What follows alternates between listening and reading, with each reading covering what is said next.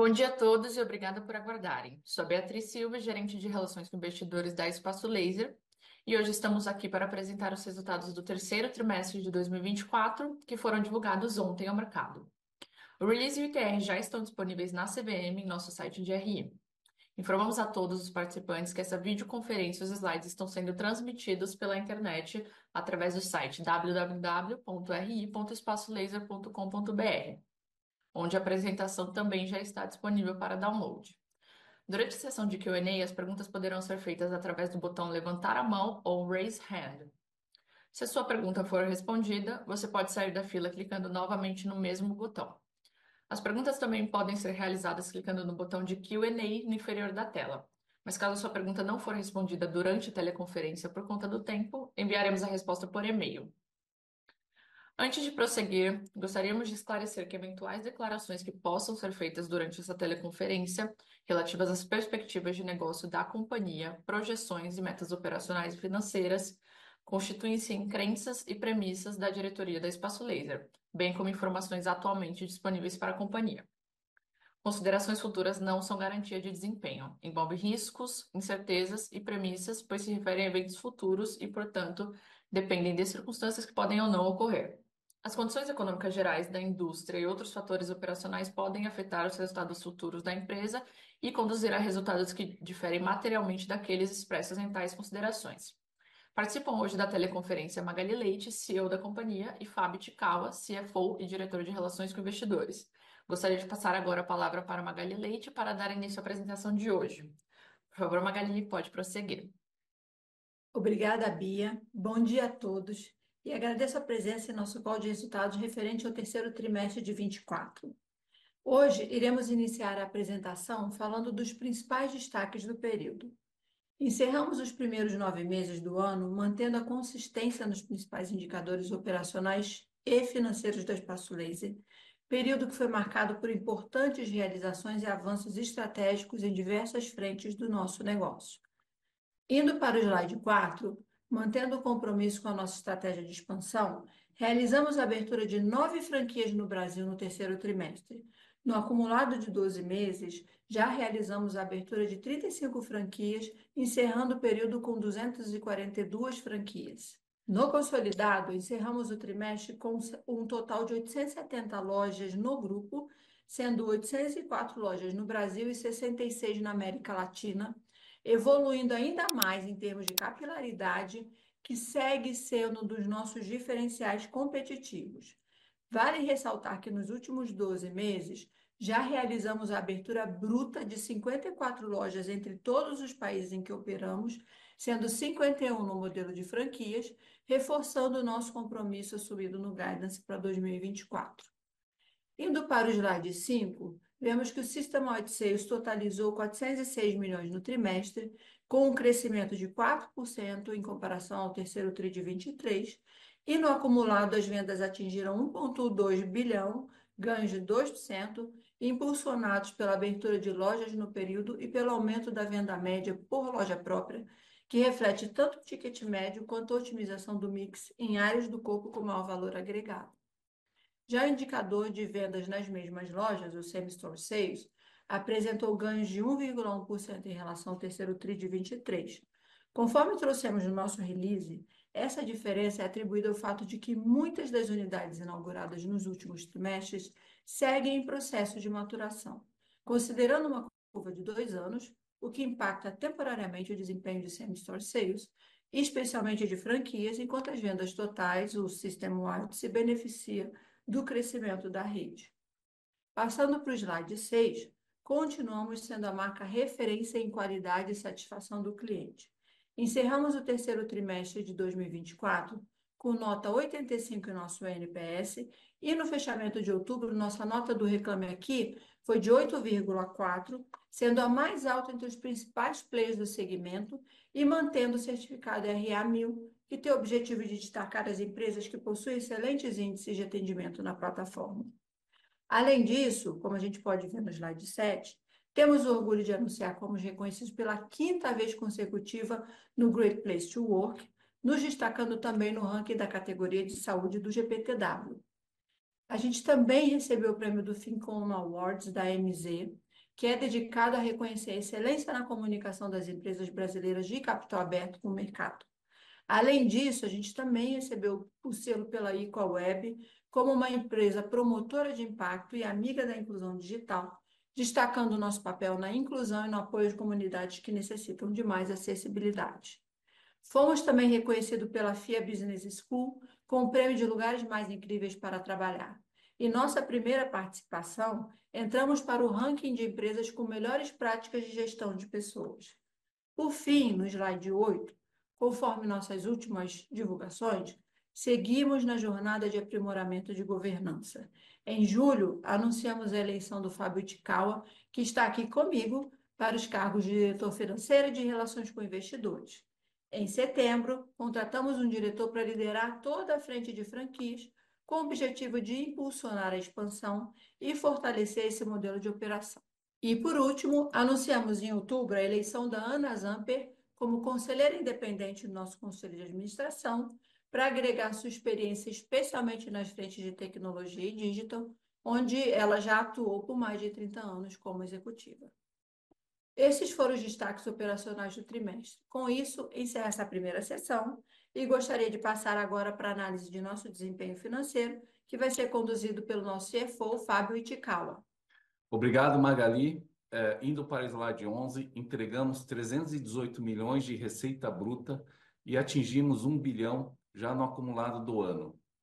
No trimestre, o destaque foi a redução de cancelamentos, que segue sendo um dos nossos principais focos.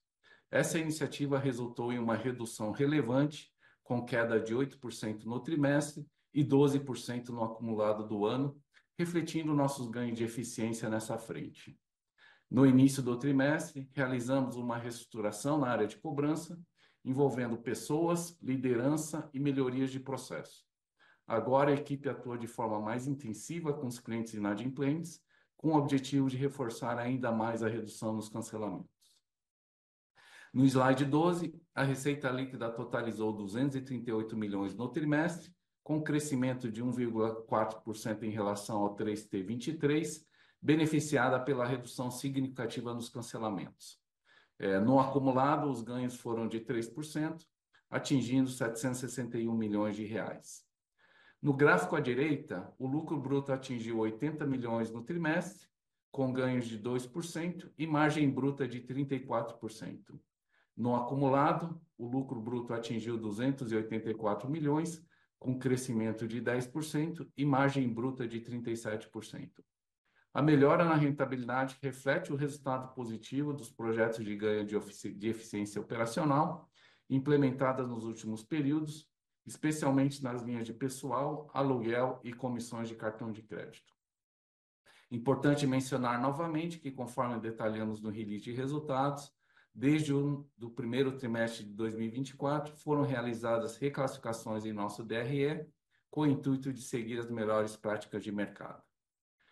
Indo para o slide 13, vemos que o EBITDA atingiu 44 milhões no trimestre, com margem EBITDA ajustada de aproximadamente 19%. No acumulado, o EBITDA ajustado atingiu 175 milhões, um crescimento de 3% e margem EBITDA ajustada de 23%. O principal impacto veio do desempenho da Argentina, refletido na linha de equivalência patrimonial. No gráfico à direita, mostramos que seguimos focados em nossa estratégia de geração de caixa. Com isso, encerramos o trimestre com geração de caixa operacional de 58 milhões de reais, representando mais uma vez uma conversão robusta de EBITDA em caixa de 131% no trimestre. No acumulado, a geração de caixa operacional totalizou 164 milhões, com cash conversion de 94% no período.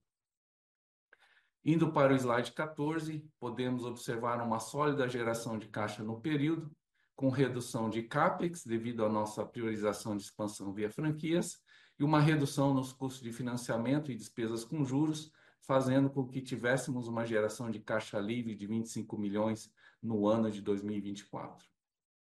Passando para o slide 15 e falando um pouco sobre nossa estrutura de capital, novamente reduzimos nosso indicador de alavancagem, que atingiu 2,2 vezes dívida líquida sobre EBITDA, sendo o menor patamar de alavancagem em 10 trimestres. Além disso, também tivemos redução na dívida bruta no período, de aproximadamente 70 milhões de reais, melhora de 8% em relação ao terceiro trimestre de 2023. Em outubro, divulgamos a emissão de uma CCB de 30 milhões de reais, tomada por nossa subsidiária integral, com prazo de vencimento mais longo, carência de 1 ano para o principal e juros de CDI mais 2,9% ao ano, significativamente menor do que os juros da dívida anterior. Agora devolvo a palavra para a Magali, que irá apresentar uma breve atualização de estudos de mercado e outras iniciativas dentro da companhia. Obrigada, Fábio. Primeiro, vamos falar resumidamente sobre a atualização do estudo de mercado, que divulgamos com mais detalhes no nosso release de resultados. Passando para o slide 17, trouxemos o resultado dessa atualização relacionados ao tamanho de mercado, penetração, concorrência e outros perfis de consumidores. Para dar um pouco de contexto, no nosso IPO em 2021, realizamos um estudo abrangente do mercado de depilação a laser, em parceria com uma consultoria renomada, que nos deu base para decisões estratégicas. Na época, a pesquisa revelou uma penetração baixa da tecnologia no Brasil, em apenas 5%, bem abaixo dos 20% nos Estados Unidos e 50% na Espanha. Em 2024, atualizamos o estudo e os novos resultados mostraram um avanço significativo. Conforme vocês veem no gráfico à esquerda, a penetração mais do que dobrou, chegando a aproximadamente 15%. Esse crescimento reflete aumento na adoção da tecnologia e na conscientização dos benefícios, como eficácia e durabilidade, ainda com amplas oportunidades para crescimento futuro e que nos mostra que segue sendo um mercado ainda subpenetrado. Olhando para o gráfico à direita, vimos que além do crescimento da penetração da tecnologia, o tamanho do mercado em valor também expandiu. Em 2019, o mercado de depilação a laser no Brasil era estimado em 6,4 bilhões de reais. Hoje, o valor subiu para 11,7 bilhões de reais, praticamente o dobro. Esse crescimento reforça que as tendências globais de saúde e autocuidado têm levado os consumidores a investirem mais em tratamentos que promovam estética e qualidade de vida. No gráfico à esquerda, no slide 18, vimos que para acomodar essa expansão, os principais players do mercado aumentaram rapidamente o número de lojas. No entanto, recentemente, alguns deles iniciaram uma fase de racionalização, fechando unidades e ajustando a sua capacidade de atendimento, o que indica uma espécie de seleção natural e consolidação do mercado. Mas, em contrapartida, a Espaço Laser manteve uma trajetória de expansão estratégica, abrindo 35 novas franquias só no Brasil nos últimos 12 meses. Quando incluímos a América Latina, esse número é de 54 lojas. Uma tendência evidente em nossa análise é o crescimento da adesão do público masculino aos métodos de depilação. O número de homens utilizando técnicas de depilação quintuplicou e a participação masculina na depilação a laser cresceu de 0,4 milhão para 3,1 milhões de usuários, um aumento de aproximadamente 8 vezes. Essa mudança reflete uma evolução cultural significativa, indicando novas oportunidades no mercado. Na nossa base de clientes, a penetração do público masculino aumentou de cerca de 5% em 2017 para aproximadamente 13% nos valores atuais. Em resumo, os dados atualizados sinalizam uma trajetória de crescimento para o setor de depilação laser no Brasil, impulsionada por baixa penetração, expansão demográfica e a entrada de novos perfis de consumidores. Agora, passando para o slide 20, gostaria de apresentar um novo tema, que é o projeto de resfriadores que estamos implementando na companhia. Estamos introduzindo um novo método de resfriamento da pele em algumas lojas, substituindo o insumo que utilizávamos historicamente. Até setembro de 2024, já tínhamos 35 lojas operando com resfriador. Essa máquina é uma máquina brasileira, possui um baixo investimento com payback estimado entre 11 e 12 meses. Além disso, o projeto oferece um potencial relevante de economia de custos, já que utiliza o ar como condutor frio, eliminando a necessidade de outros fluidos térmicos. No slide 21, vamos falar sobre as iniciativas de tecnologia que estamos implementando na jornada do cliente, endereçando uma demanda relacionada ao agendamento de sessões. Além da melhora desse layout, realizamos diversas mudanças na interface do aplicativo, incluindo uma nova tela de agendamento, que agora conta com uma trava de intervalo entre as sessões, adequada à fase do tratamento do cliente. Além disso, o cliente agora tem a opção de escolher o intervalo de até 5 dias, segundo a sua preferência. Também implementamos uma tela de recomendações de horários e locais, caso a opção preferida esteja disponível, tornando o processo de agendamento muito mais fluido e prático. No slide 22, apresentamos uma nova seção no aplicativo desenvolvida para auxiliar clientes inadimplentes a regularizar suas pendências de pagamento de forma autônoma. De qualquer forma, como costumo ressaltar, cada inadimplência representa uma espécie de churn, pois o cliente fica impossibilitado de realizar as sessões enquanto houver débitos em aberto. No item 2, implementamos um novo filtro que permite a seleção de lojas que oferecem o laser ND YAG, especialmente direcionado para fototipos de peles mais escuras, proporcionando maior acesso e personalização no atendimento a nossos clientes. Por fim, no slide 23, apresentamos a nova loja integrada ao aplicativo, eliminando a necessidade de redirecionamento para o site.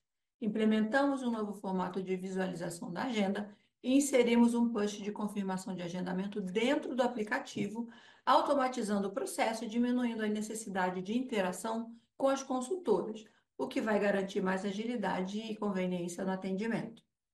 Todas essas iniciativas têm como objetivo proporcionar a jornada do cliente mais digital e automatizada para facilitar o dia a dia tanto dos nossos clientes quanto das lojas, garantindo uma experiência mais prática, ágil e conveniente em todos os pontos de contato. Encerro agora a apresentação. Vamos seguir para a nossa sessão de Q&A, que será conduzida pela Beatriz Silva, nossa head de RI. Obrigado, Magali.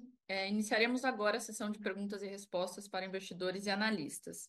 Caso deseje fazer alguma pergunta, por favor, pressione o botão levantar a mão ou raise hand. Se a sua pergunta for respondida, você pode sair da fila clicando novamente no botão. A nossa primeira pergunta vem do Kelvin, do Itaú BBA. Kelvin, pode liberar seu microfone e prosseguir, por favor. Bom dia, pessoal, tudo bem? Obrigado por pegarem as minhas perguntas, são duas aqui do nosso lado. A primeira é entender a expectativa de vocês em voltar a acelerar vendas para frente e também de aproveitar para pegar um pouco do feedback de como tem sido as vendas nesse início de trimestre, que sazonalmente costumam ser bem fortes para vocês. E a segunda é se vocês poderiam dar um update de como está a iniciativa para diversificar os meios de pagamento e reduzir prazo. Obrigado, pessoal.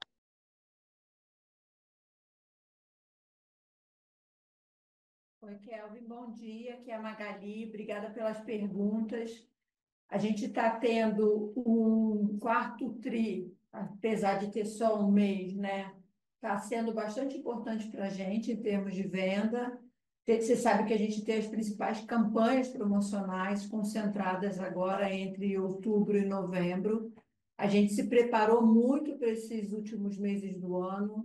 Estamos focados nas oportunidades aí de Black Friday, bem preparados, time de campo muito engajado. Então, a gente está trabalhando bem forte para entregar um resultado sólido.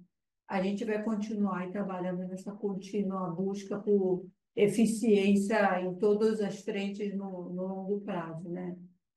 Quanto à pergunta acerca de meios de pagamento, sim, a gente tem uma série de iniciativas, não podemos dar guidance, mas o que eu posso te dizer é que tem um processo aqui em desenvolvimento, com alguns projetos atrelados, onde a gente acredita que tem oportunidade de capturar, sim, algumas eficiências e algumas novidades que esse mercado está oferecendo e que a gente pretende continuar evoluindo também nessa direção. Obrigada. Super claro, obrigado, Magali.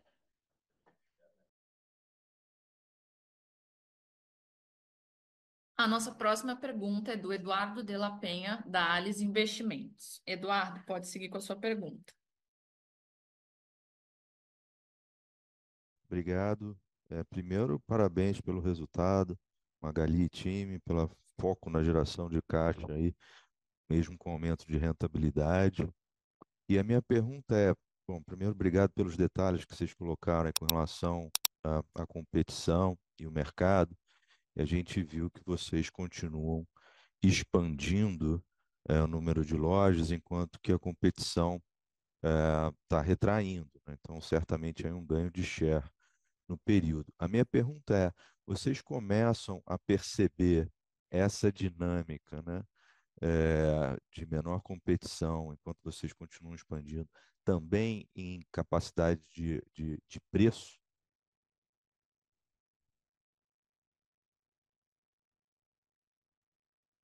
Eduardo, obrigada pela pergunta.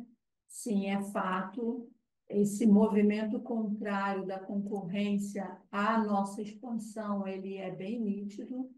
E eu não vejo isso só no Brasil, a gente está vendo nas outras operações onde atuamos na América Latina, tanto a Argentina quanto o Chile, crescendo acima do que a gente tinha previsto. Em relação a preço, a gente está conseguindo repassar.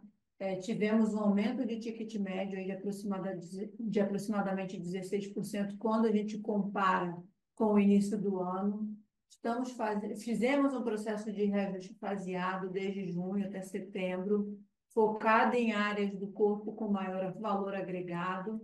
Acho que tem um trabalho de estratégia muito importante que a gente desenvolve com o campo, que é privilegiar as áreas que trazem aí um maior retorno para o negócio, com a nossa capacidade instalada de atender com excelência esses clientes. Nossa equipe está muito alinhada com esse plano e a gente está, assim, quando a gente olha um crescimento de lucro bruto de 10% no acumulado do ano, a gente entende que está no caminho certo, né? Então, todo esse trabalho que está sendo feito, inclusive de sustentação do EBITDA também no acumulado na casa de 23%, reflete bastante esse trabalho que a gente vem desenvolvendo junto ao time e a nossa solidez no mercado. Obrigada.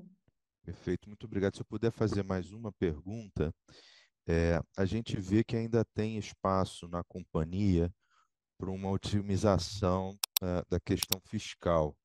É, existem iniciativas aí que vocês possam dividir com a gente para melhorar um pouco é, a, a parte de despesa com imposto de renda e uma otimização fiscal aí do grupo como um todo? Eduardo, obrigado pela pergunta. De fato, acho que as bases para a gente implementar esse processo, né, de melhoria ou eficiência fiscal, a gente já deu grandes passos, né, que é ter a Corpóreos, né, que é a nossa subsidiária operacional listada. Então, com isso, a gente consegue ter uma maior eficiência em termos de tax shield em dívida. Então, tem um trabalho a ser feito, né, de migrar parte da dívida que hoje está na holding não operacional para operacional, além de outras iniciativas aqui que a gente está olhando para eficiência, enfim, olhar créditos fiscais que a gente pode tomar dos nossos insumos, olhar, enfim, algumas opções que a gente tem aqui de eventualmente ter uma distribuição de JCP da empresa operacional para não operacional. Então, tem sim algumas iniciativas para ser feito para reduzir ou ter uma maior eficiência na alíquota de imposto de renda. Excelente, muito obrigado. Pessoal, lembrando que para fazer pergunta, basta clicar no botão levantar a mão. Nossa próxima pergunta é do Juliano Galiano. Juliano, pode prosseguir.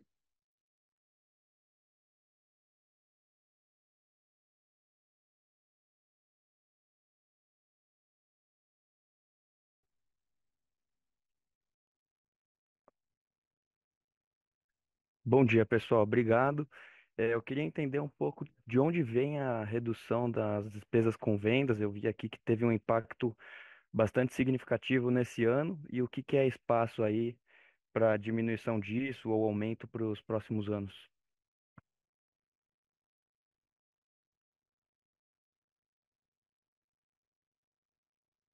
O Juliano, obrigada pela pergunta. Quando a gente olha para as despesas de venda, de forma geral, a gente teve um impacto relacionado à renegociação de contratos com as plataformas da Meta. Então, a gente está falando basicamente de Google e Facebook. E na linha de marketing, o principal impacto também se deu em função da finalização do contrato que a gente tinha com a gestão com uma empresa que fazia a nossa gestão de cobrança, porque a gente internalizou essa função, tinha estrutura que conseguia fazer isso de uma forma mais eficiente internamente, e aí a gente acabou trazendo essa função para dentro da companhia e teve com isso um saving significativo. Talvez aí, em algum momento, a gente vai agrupar essas duas linhas de marketing que a gente apresenta separadamente, porque grande parte disso era um espaço para a equipe de atendimento que ficava fora daqui, que agora a gente internalizou. Então, talvez não faça mais sentido ter essa visualização separada. Obrigada. Perfeito, Magali, muito obrigado.